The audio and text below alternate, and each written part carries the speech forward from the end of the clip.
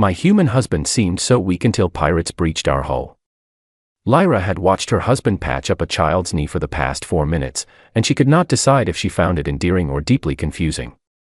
The child was a small Draenei girl, no older than 5 cycles, who had tripped over her own feet near the passenger lounge doorway. She was crying loudly, more from fright than pain, because the cut was barely worth mentioning.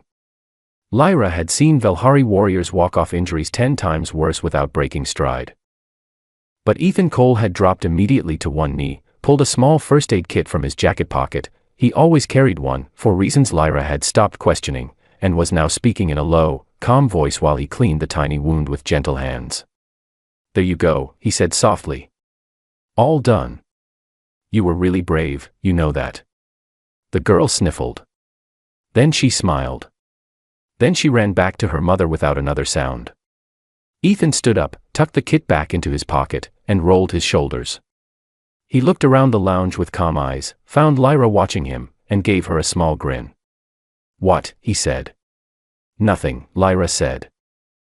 He crossed the lounge and dropped into the seat beside her, stretching his legs out and picking up the paperback novel he had left face down on the armrest. He found his page immediately and went back to reading as if the last 5 minutes had not happened. Lyra looked at him for a moment longer before turning her gaze back to the viewport. The Starwood Grace was a mid-sized civilian transport, old but well-maintained, carrying about 60 passengers across a 2-day route between the outer trading post on Henry's Station and the edge of Velhari home space. The ship had no weapons. It had no military crew. It had Captain Osser, a weathered Draenei male with gray skin and careful eyes, and a crew of 9 who handled the ship with quiet efficiency. It was the kind of vessel that relied on being unremarkable to stay safe. Lyra had chosen it because it was direct and inexpensive. She had not thought much about safety. She was Velhari. She was the safety. That thought brought her gaze back to Ethan again. He was human. Fully, softly, entirely human. He stood at average human height, which meant the top of his head came to just below Lyra's chin. He had short brown hair, a calm face, and brown eyes that always seemed to be thinking about something pleasant. He was lean but not in the way that suggested strength. He was lean in the way that suggested someone who forgot to eat when he was deep in a book. They had been married for 2 years. Lyra's family had not been unkind about it, but they had been honest. Her mother had pulled her aside before the ceremony and asked, quietly, whether Lyra had thought this through. Velhari valued strength. They valued composure under pain, a warrior's bearing, the ability to look at a hard situation without flinching. Her mother had said, gently, that she was not sure the human had those things. Lyra had told her mother she was wrong. She still believed that. She just was not always sure she could explain why. Ethan was not weak in any way that she could point to clearly. He did not complain. He did not make excuses. When things were difficult, he simply kept going, quietly, without drama.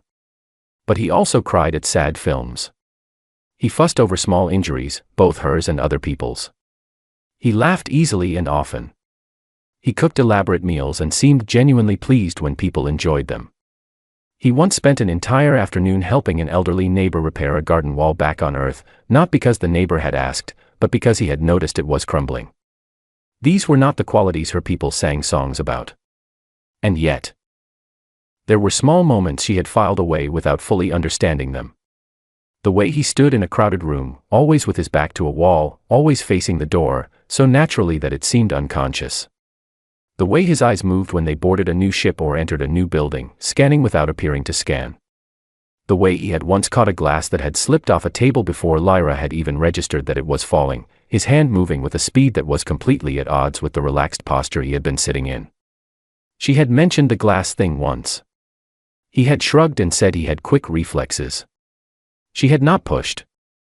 She watched him now, reading his novel, completely at ease, one ankle crossed over the other, entirely unbothered by the fact that they were about to pass through a stretch of space that the captain had, in a brief and carefully worded announcement earlier, described as occasionally active with unregistered traffic. Lyra knew what that meant. It meant pirates. She had already catalogued the lounge. 6 other passengers here currently. 2 Draenei males near the far window, traveling together, both older. A young Sylvie female traveling alone, reading something on a small screen. An older human woman named Clara, white-haired and sharp-eyed, who had spoken warmly to Ethan over dinner the previous night. 2 more passengers she had not spoken to yet, a pair of Brescian traders who seemed primarily interested in their own conversation. No one here who could fight. Ethan turned a page. "You are doing the room thing again," he said, without looking up. "I am not," Lyra said. "You checked the door 3 times in the last 2 minutes." She looked at him. "You were reading." "I can do both," he said mildly. He turned another page. "We will be fine. The Grace has been running this route for 6 years. Osser knows what he is doing. That is not what concerns me." "I know." He glanced up at her then, and his expression was warm and completely calm. "I am right here, Lyra." She did not say what she was thinking, which was that his being right there was the problem.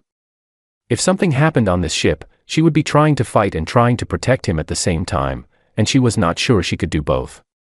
She had never told him this. It did not seem kind. The ship hummed steadily around them.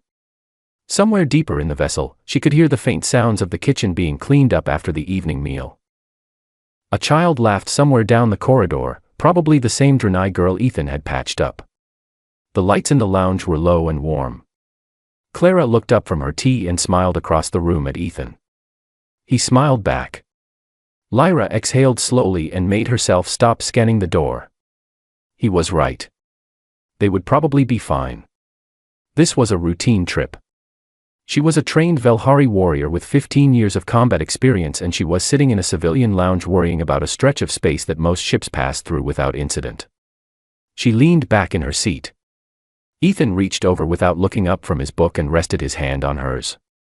His hand was warm. She turned her palm up and let her fingers close around his. "Better?" he asked. "Somewhat," she said. He smiled at his book. Outside the viewport, the stars were very still, and the darkness between them was wide and quiet, and the starward grace moved through it without a sound. Lyra watched the dark and told herself there was nothing out there. She almost believed my human husband seemed so weak until pirates breached our hull. The alarm did not build slowly. It hit all at once, a sharp, piercing wail that cut through the quiet of the lounge like something physical, and before the sound had even finished its first cycle, Lyra was on her feet. The lights went red. Not the warm dim red of a low-power evening setting. This was emergency red, the flat, ugly red that meant something had gone wrong and the ship knew it. The lounge filled with the sound of passengers reacting, a sharp gasp from the Sylvie female, a scrape of chairs, the clatter of Clara's teacup hitting the table. The ship lurched. It was not a violent movement. It was worse than that. It was a slow, grinding deceleration, the kind that came from an outside force locking on and pulling, not from any choice the ship itself had made.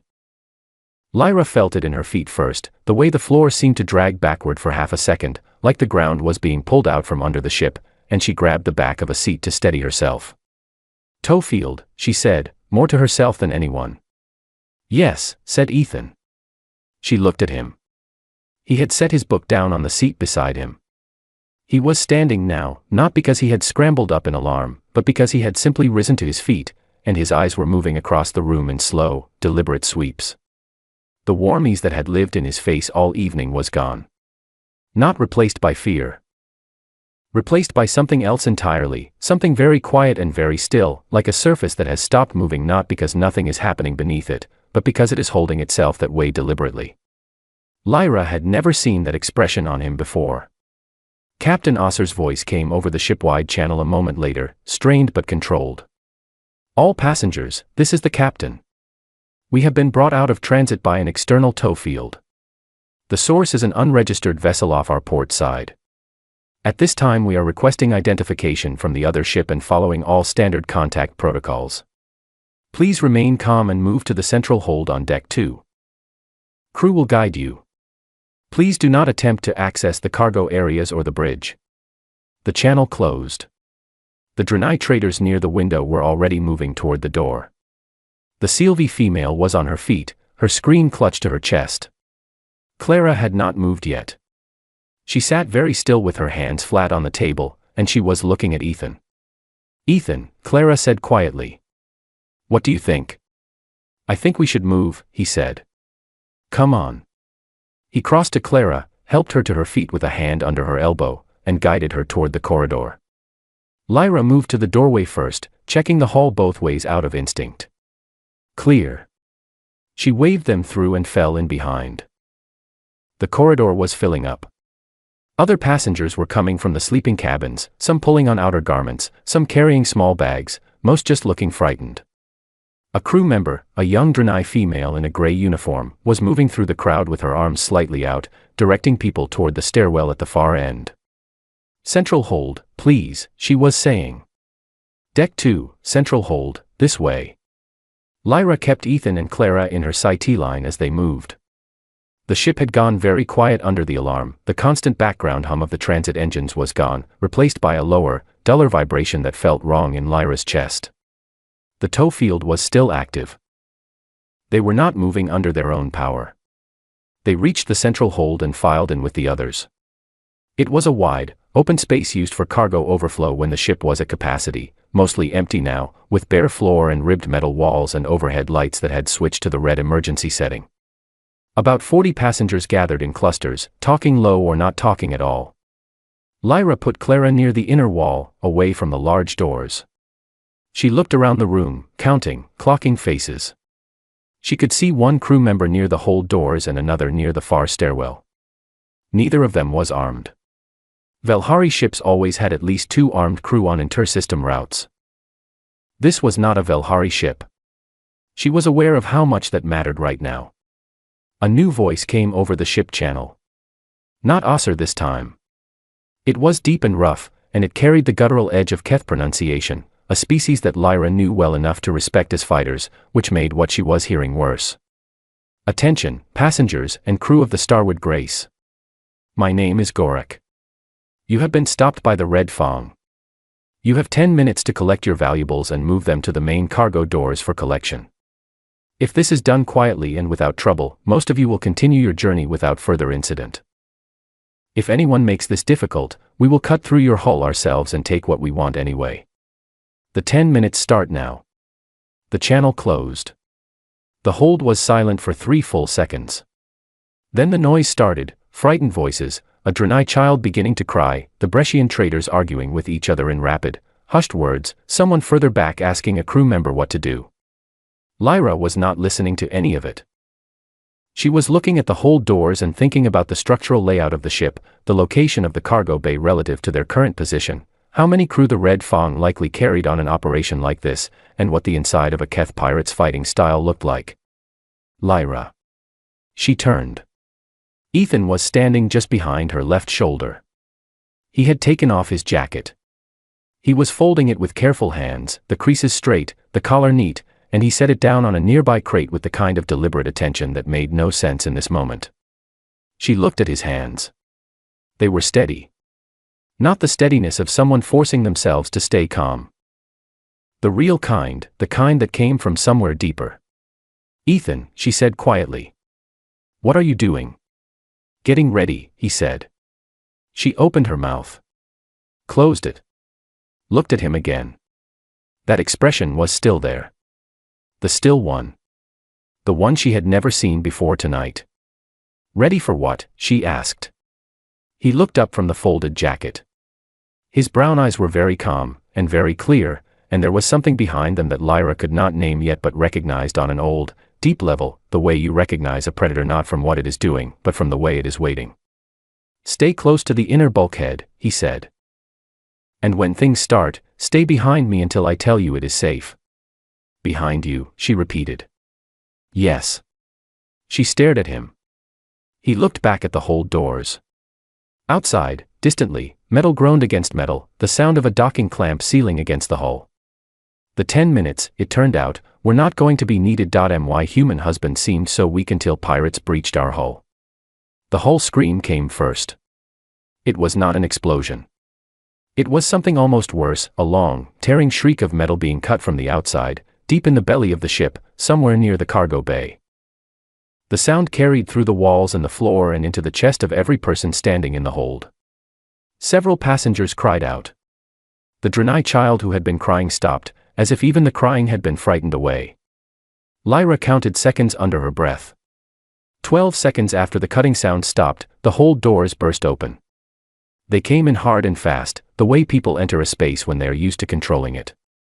8 of them, all armed, in mismatched armor that had the practical ugliness of gear that had been repaired and reused and repaired again. They wore the red Fang mark on their chest plates, a slashed red line over a dark background.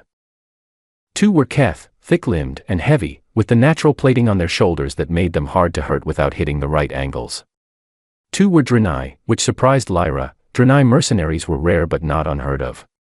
The rest were a mix of smaller species she placed as hired labor rather than serious fighters.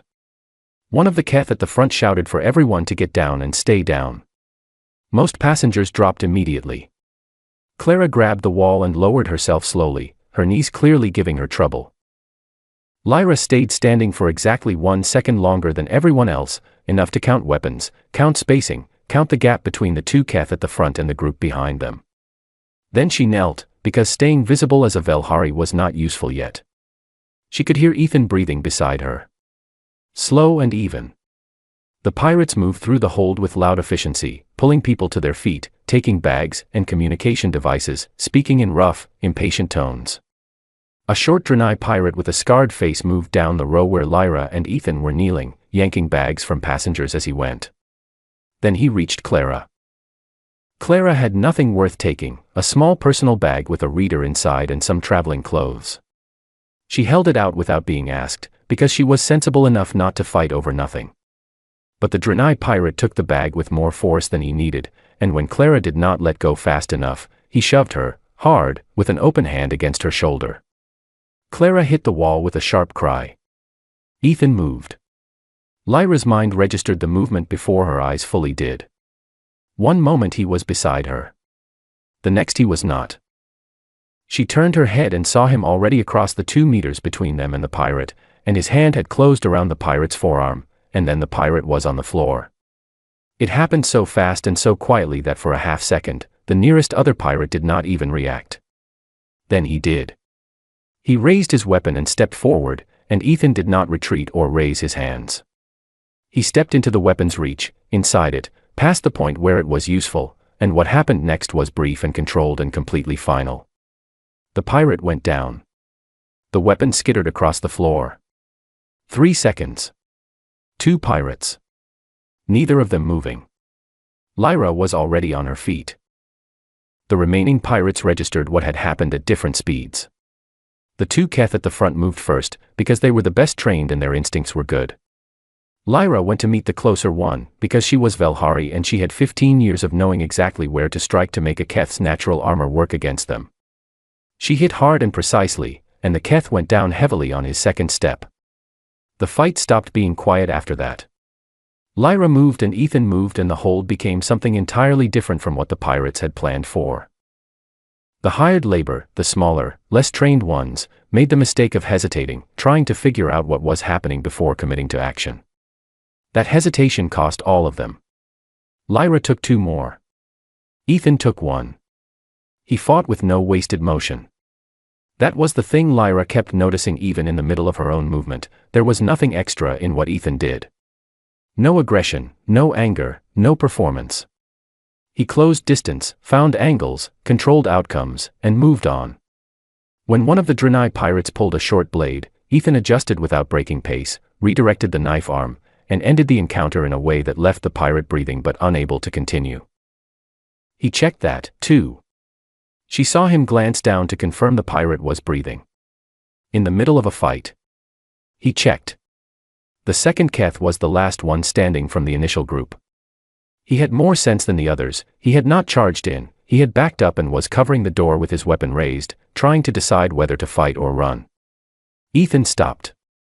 He was standing in the open center of the hold, relaxed, arms loose at his sides, and he looked at the Keth the same way he had looked at everything tonight, calm, clear, and completely without fear. "Put it down," Ethan said. His voice was quiet. Not raised. The same voice he used when he was talking to a frightened child. The Keth did not put it down. Ethan moved again, and it was over in 4 seconds. The hold was quiet. 8 pirates on the floor, most of them conscious, none of them in any shape to cause more trouble. Passengers pressed against the walls. The Draenei child was making small sounds in her mother's arms. Someone near the back was breathing very fast and audibly. Lyra stood in the middle of the hold and looked at her husband. He was checking his hands. A cut across 2 knuckles on his right hand, not deep. He pressed it against his forearm for a moment, then let it go. He looked around the hold with the same slow sweep he had used back in the lounge, making sure he had not missed anything. Then he looked at Clara. "Are you hurt?" he asked her. His voice had shifted, the quietness was still there but the edge had dropped out of it. He sounded like himself again. Clara was staring at him with very wide eyes. She shook her head slowly. "Good," he said. He crossed to her and looked at her shoulder, gentle and careful. "Can you move it?" She moved it. He nodded. Lyra was still watching him. She could not stop. She had trained for half her life. She had fought in 3 formal conflicts and a number of situations that were not formally recorded. She knew how to read a fighter, the way they carried their body, the way their weight shifted, the tells that showed up before the action did. She had been reading people that way for 15 years and she had never, not once, seen any of those signs in Ethan. Not in 2 years. Not a single time. He had hidden it so completely that she had not even known there was anything to find. She thought about the first aid kit in his pocket. She thought about the way he always sat with his back to a wall. She thought about the glass he had caught without looking. She thought about every moment she had spent quietly worrying about protecting him. A crew member appeared in the hold doorway, pale-faced and shaking, holding a comm unit. He stared at the floor and then at Ethan. "The second sweep team," Ethan said to him, before the crew member could speak. "How many and where?" The crew member blinked. 4 more. They were heading for the bridge. Ethan looked at Lyra. She rolled her shoulders, cracked her neck, and moved toward the door. "Together," she said. For the first time since the alarms had gone off, he smiled. "Together," he agreed. My human husband seemed so weak until pirates breached our hull. They moved through the ship fast and without speaking, because they did not need to. That was the part Lyra registered first, how naturally they fell into it. She took the left side of every corridor and he took the right, and when she slowed at a corner, he held position without being told, and when she waved him forward, he moved without hesitation. They had never trained together. They had never drilled together. And yet the way they moved through the dim red corridors of the Starwood Grace felt like something practiced. The second sweep team had split up. 2 of them were at the bridge entrance, trying to get the door open. The other 2 had gone toward the engine room, likely looking for the ship's control systems. Ethan pointed without speaking. She nodded. Engine room first, lose the engines and they were all stranded, and Gorak would have every advantage. The 2 pirates at the engine room were young. Lyra could see it in the way they were standing, not a combat posture, just 2 people trying to look like they belonged there while they worked on a locked panel. She and Ethan came around the corner together and the moment was over before either pirate had time to become dangerous. Ethan zip-tied their wrists with a length of cable he had taken off one of the pirates in the hold. He had also, somewhere in the last few minutes, acquired a short-handled blade, which was now in his left hand, held loosely. He had not asked for it. He had just found it. They backtracked to the bridge. These 2 were better. Both Keth, both wearing more armor than the others, and they were not surprised. They heard footsteps and turned with weapons raised.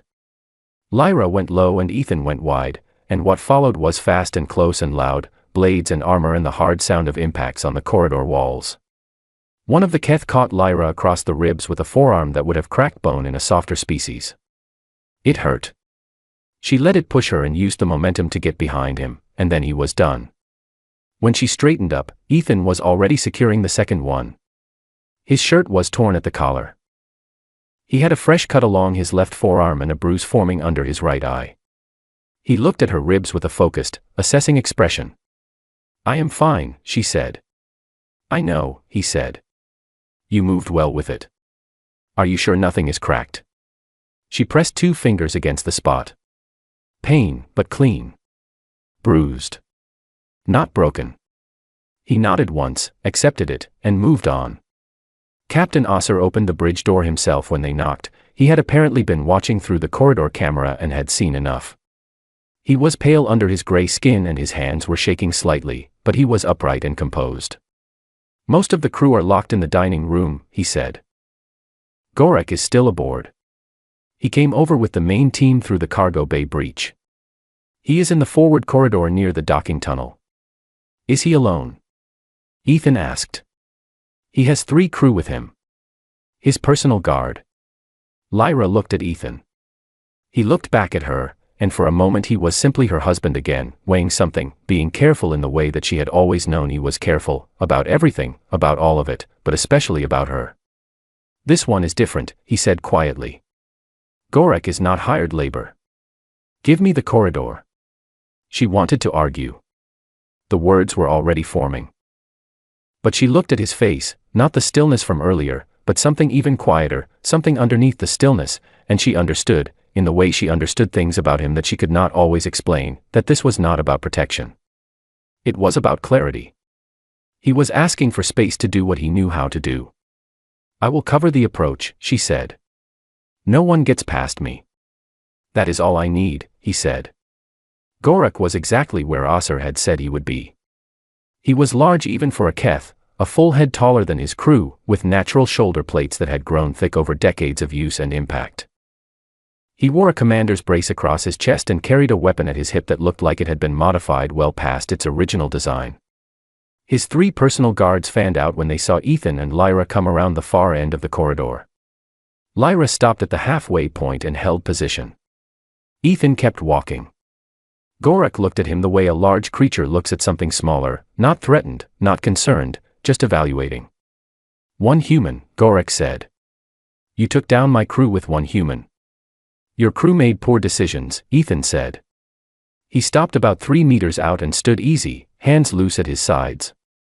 Gorek's eyes moved to Lyra and then back to Ethan. Something shifted in his expression, not doubt yet, but the first hairline crack of it. "You should have stayed with the other passengers," Gorek said. Ethan said nothing. "I have taken 40 ships," Gorek continued.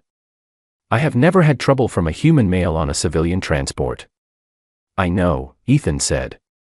"That is because most human males on civilian transports are exactly what they look like." Gorek stepped forward. His guards moved with him.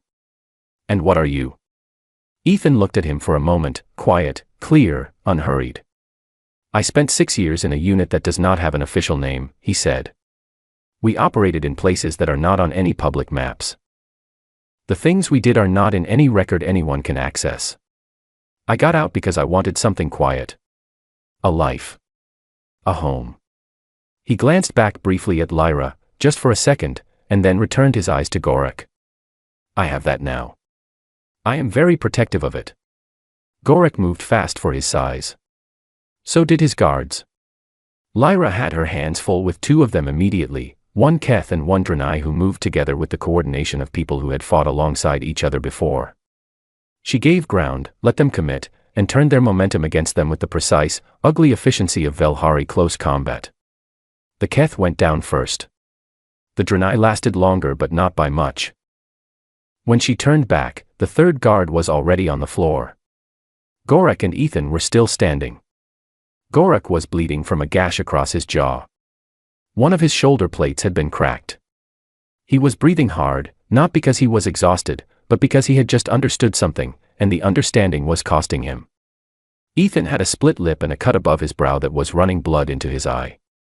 He was wiping it away with the back of his hand and watching Gorek with that clean, patient stillness. Gorek swung again. A hard, wide blow, the kind that ended fights. Ethan was not there when it arrived.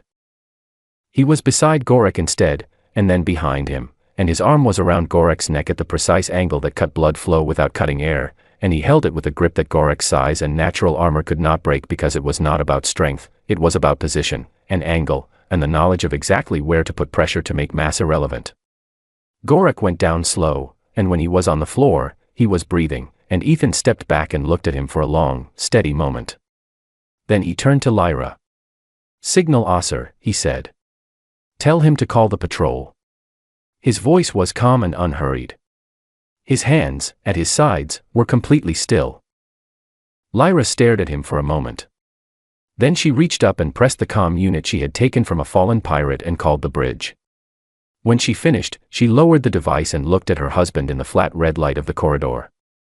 He was pressing the torn edge of his sleeve against the cut above his brow. He caught her looking. "I know," he said quietly.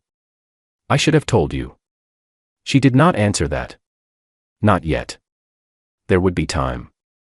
There was a patrol cruiser that needed to arrive first, and a ship that needed to be secured, and 60 passengers who needed to know it was over.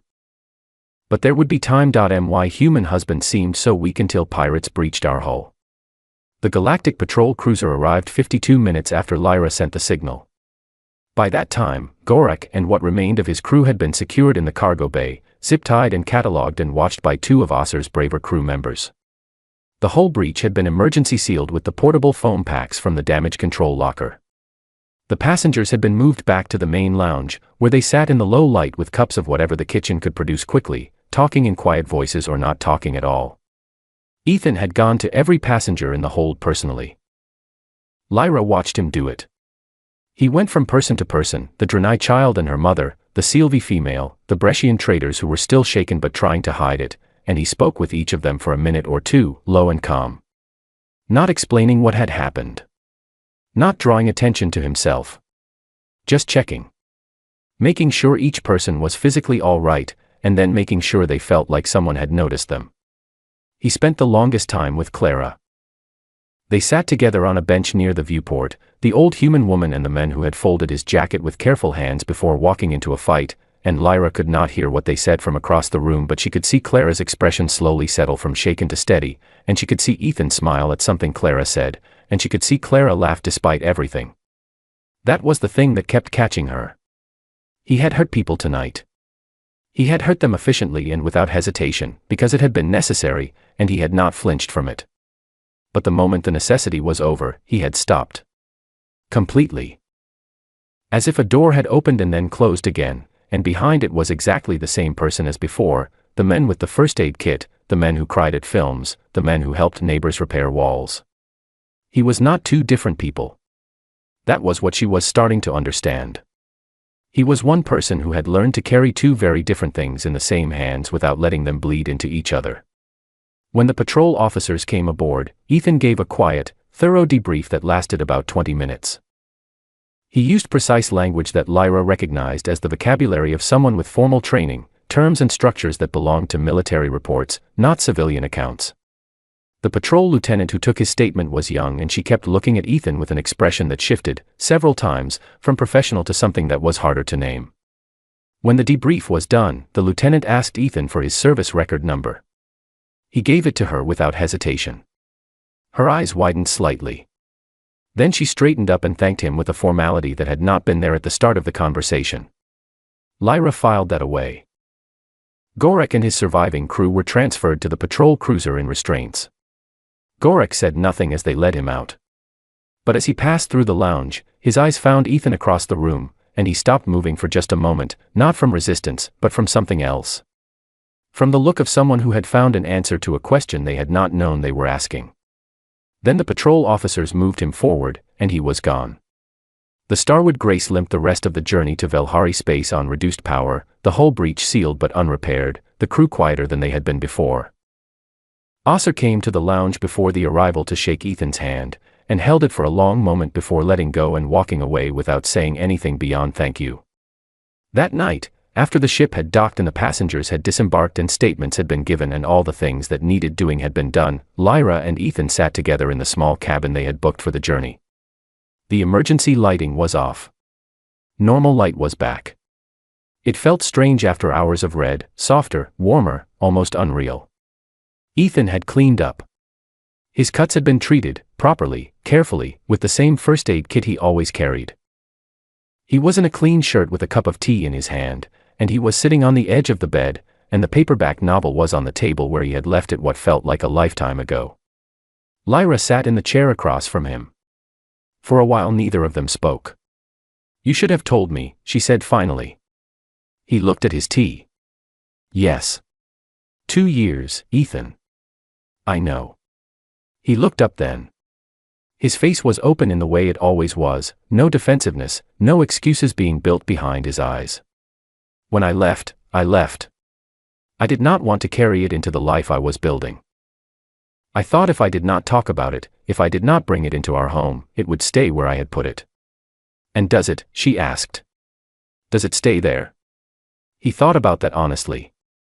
Most of the time, he said. The hard part is that I never know which times it will not. Lyra looked at him for a long moment. She thought about the question her mother had asked before the wedding. She thought about the word her people used for strength and what they meant by it, the visible kind, the kind you could see from the outside, the kind that announced itself. She thought about all the things she had quietly worried about when it came to Ethan, all the small fears she had folded away and tried not to show him. She thought about a man who had stood in a red-lit corridor and looked at a Keth pirate commander and spoken without raising his voice or shifting his weight. Strength that announced itself was one kind of thing. What she had seen tonight was something older, something quieter, something that did not need to announce itself because it had already done the accounting and knew exactly what it was. My family thinks you are soft, she said. He smiled a little. I know. I am not going to tell them. He looked at her. Not because I want to keep secrets, she said. Because they would not understand even if I tried to explain. And also because I think you would rather they kept thinking it. He was quiet for a moment. Then he said, yes. I would. She nodded. That was the right answer. She had expected it, and it was still the right answer. She crossed the cabin and sat beside him on the edge of the bed, and he shifted to give her room, and she leaned against him the way she always leaned against him, because he was warm and solid and steady, and because even now, even after everything tonight had rearranged, he felt exactly the same to lean against as he always had. That was the last piece that settled into place. He had not become something different tonight. He had always been this. She had simply not had a reason to see it until tonight gave her one. Outside the viewport, the lights of the Velhari docking station moved slowly past. A patrol cruiser was visible in the middle distance, its running lights blinking in the dark. Somewhere aboard it, Gorak was being processed and logged and added to the long record of people who had made poor decisions in space. Ethan reached over and picked up his novel. Found his page. Started reading. Lyra watched the stars. She thought about strength. About what it looked like from the outside, and what it looked like from the inside, and how those two things were almost never the same. She thought about a man who cried at sad films and kept a first aid kit in his pocket and made elaborate meals and carried something quiet and absolute inside him that he had never needed to show her until tonight. She thought, she had married well. She had always known it. Tonight she just knew it differently. The ship settled into the dock with a low, final clunk, and the stars outside went still, and Ethan turned a page, and Lyra closed her eyes, and the long night was over.